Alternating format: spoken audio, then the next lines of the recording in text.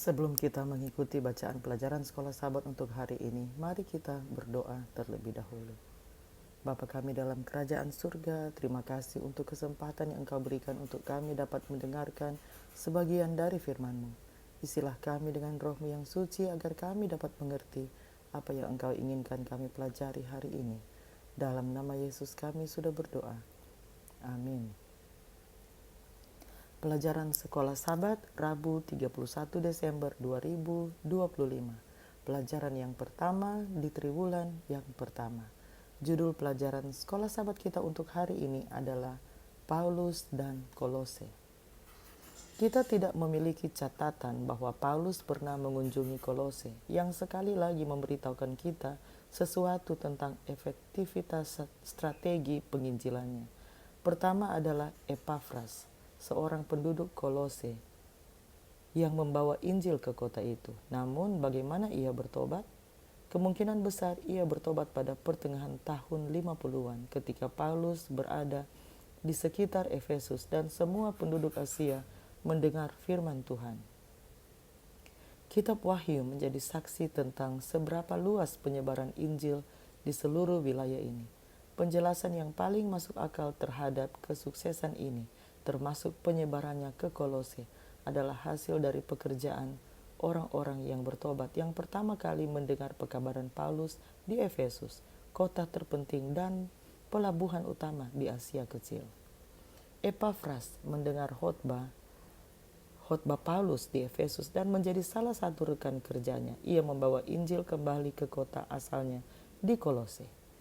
Kota itu sendiri yang terletak sekitar 9 mil atau 15 km di tenggara Laodikia baru saja mulai digali, sehingga kita mengetahui lebih sedikit tentangnya dibandingkan dengan kota-kota yang lebih menonjol di wilayah itu.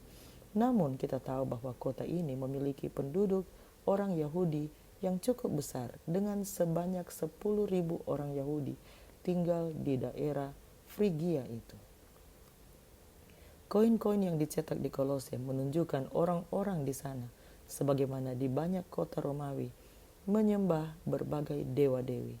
Praktik-praktik penyembahan berhala dan pengaruh budaya yang kuat jelas menghadirkan tantangan yang luar biasa bagi orang-orang Kristen di sana. Tidak hanya dalam penginjilan di kota itu, tetapi juga untuk tetap setia pada iman Injil yang murni. Orang Kristen terkemuka lainnya di Kolose adalah Filemon, yang mungkin bertobat pada waktu yang sama dengan Epafras. Bacalah Filemon 15 dan 16. Lihat juga Kolose 4 ayat 9. Tindakan apakah yang dengan lembut Paulus dorong agar Filemon lakukan terhadap Onesimus? Filemon 15 dan 16. Sebab mungkin karena itulah dia dipisahkan sejenak daripadamu, supaya engkau dapat menerimanya untuk selama-lamanya, bukan lagi sebagai hamba, melainkan lebih daripada hamba, yaitu sebagai saudara yang kekasih. Bagiku sudah demikian, apalagi bagimu, baik secara manusia maupun di dalam Tuhan. Kolose 4 ayat 9. Ia kusuruh bersama-sama dengan Onesimus, saudara kita yang setia dan yang kekasih, seorang dari antaramu. Mereka akan memberitahukan kepadamu segala sesuatu yang terjadi di sini.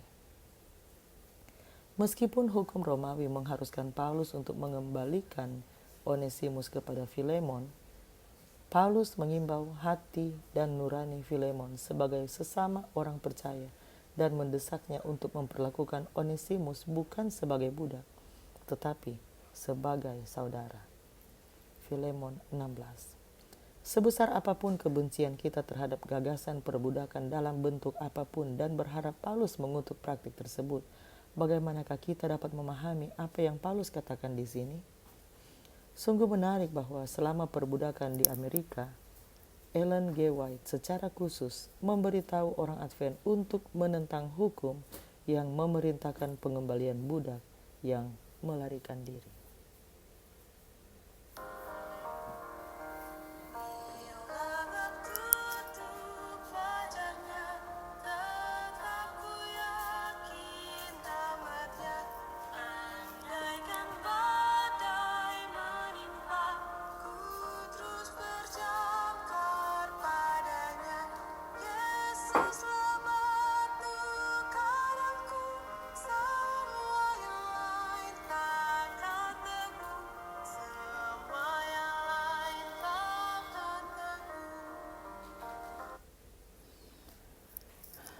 kita berdoa. Bapa kami dalam kerajaan surga, terima kasih untuk kasih setiamu bagi kami. Terima kasih untuk pelajaran hari ini mengenai Paulus dan Kolose. Terima kasih karena Engkau telah mengingatkan bagaimana kehidupan orang Kristen menjadi terang dengan menunjukkan kasih kepada sesama.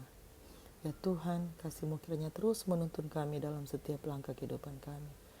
Kiranya Roh-Mu yang suci dapat menjadi bagian dalam kehidupan kami setiap hari.